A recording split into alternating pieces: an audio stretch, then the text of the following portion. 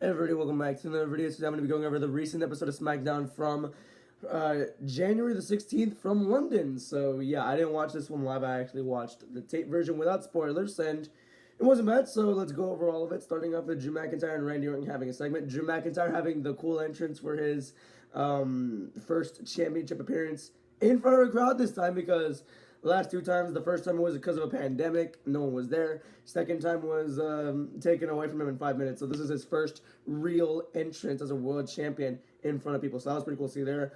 You had Randy come out, basically kind of call his shot, and maybe he'll face him in Saudi, you never know. I thought it was a good segment. I'm going to give it a 3.6 out of 5. Good start there. So then shortly after, you had The Miz attack Randy Orton, and then this was the first of the four qualifying match to become the number one contender, or to advance into the Fatal 4-Way. This was the first of the four matches. Randy Orton versus The Miz. It was basically Randy just kind of just squashing it. I wouldn't say it was a complete squash match. I think both guys had their fair share of offense, but Randy got the win in a quick way. I'm gonna give it a 3.1 out of 5. It was fine. Nothing really there. It was just Randy getting the match done. It was just there. That's it. It was just there. Randy wins. Next up was Julia and Kiana James versus Charlotte Flair and Alexa Bliss. This match was mid. Honestly, Kiana and Charlotte, when they were in the ring together, they just don't have chemistry, in my opinion. It wasn't a very well flowing match. It was a lot botchier than I thought. Not their fault, honestly. Mistakes happen, but I wasn't enjoying it. I wasn't feeling it. I forgot who won the match. I'm not gonna lie to you. I think it was Charlotte and Alexa. I'm gonna give it a 2.8 out of 5. I just wasn't feeling it. I'm sorry. So, yeah. Next up was a segment with Cody Rhodes. And now what I love about this segment is that he went from getting booed out of the building to getting the crowd to cheer for him at the end of the segment. It was honestly pretty astonishing to see. You don't see that very often, but yeah. Gonna give that a 3.9 out of 5. He was also declaring for the Rumble in this one as well. If he wins a third Rumble, I might just genuinely stop watching wrestling, because I love Cody, but enough is enough, right? There's no way we need Cody winning a third Rumble, right? But I thought the segment was really good. I love how he handled it too. I mean, I think also it's time for him to get a heel turn, honestly, because he's getting booed, I think, pretty much everywhere. Last week it was in Berlin. When I went to the show in San Antonio, he was getting booed by a lot of guys in our section. So, and you can hear it sporadically around the arena too. So I think now, at some point, if he just doesn't get what he wants, he's going to turn heel, and I'm here for that, low-key. I'm going to give that segment a 3.9 out of 5. I enjoyed it. So next up was the second of the qualifying matches, and this one was between Trick Williams and Matt Cardona. This was a good match. That's it. This was a good match. Trick Williams got the win, though, so that's pretty cool to see there. Love how they're fast-tracking him on the main roster so far, so pretty cool to see there. Sorry. And then immediately after that, you had Kit Wilson come out, but that's not really what the segment's about.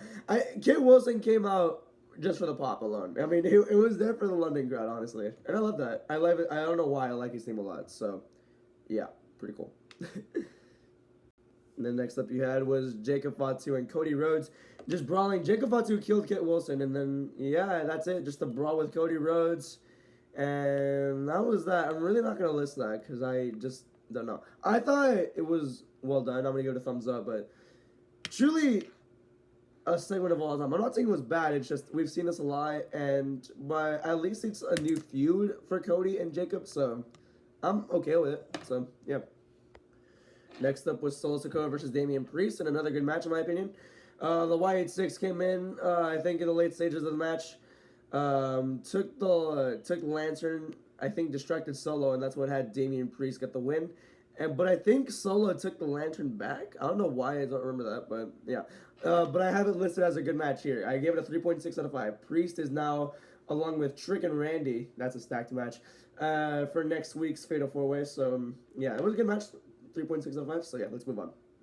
Next up, was the United States Open Challenge between Carmelo Hayes and Leon Slater. This is my match of the year so far. I'm going to say that with every match, But this is my match of the year so far. It was such a fun match to watch. Leon Slater is a dog in the ring, dude.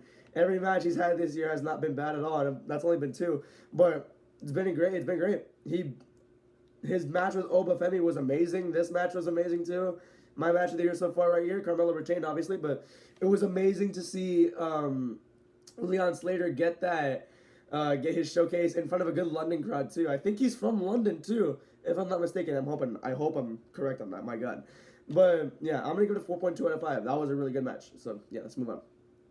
Next up was Jordan Grace versus Chelsea Green. Honestly, it was just a squash match. Just give us the match between her and Jade already, honestly, because I'm just tired of her just squashing the entirety of the Secret Service. It's just annoying. This match did not even need to be on this card. This is already the 6th match of the show. And I'm like, okay, just no. I feel like Ilya and Sammy could have gotten more time too if this match wasn't there. I mean, no disrespect to those two, but I really don't think this should have been on the card.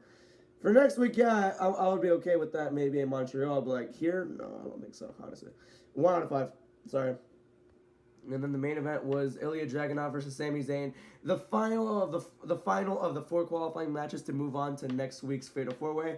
And this match, once again, was great. It was a great match as well. Sami Zayn this time got the win, so now I'm hoping they run it back one more time because now it's Ilya having one and Sami having one as well. So yeah, it makes sense there. It was a great match. Sami got the win, and that's really about it. I'm gonna give it a 3.9 out of 5. It was a good match. So yeah, here are the rankings here for anyone interested. And yeah, I'm gonna give the show a 3.4 out of 5. I thought it was good. That's really about it. It was a good show. That's it. Nothing too extraordinary. It's good. So yeah, I do think it was a little bit overflowed in my opinion. 7 matches, could have been 5 or 6, maybe 4 or 5. I don't know. I feel like it was a little bit overflowed in my opinion. So yeah, but that's gonna be it for this one, everybody. Thank you all for watching. Have a good night. Goodbye, or day. It's 10 a.m. right now. Goodbye.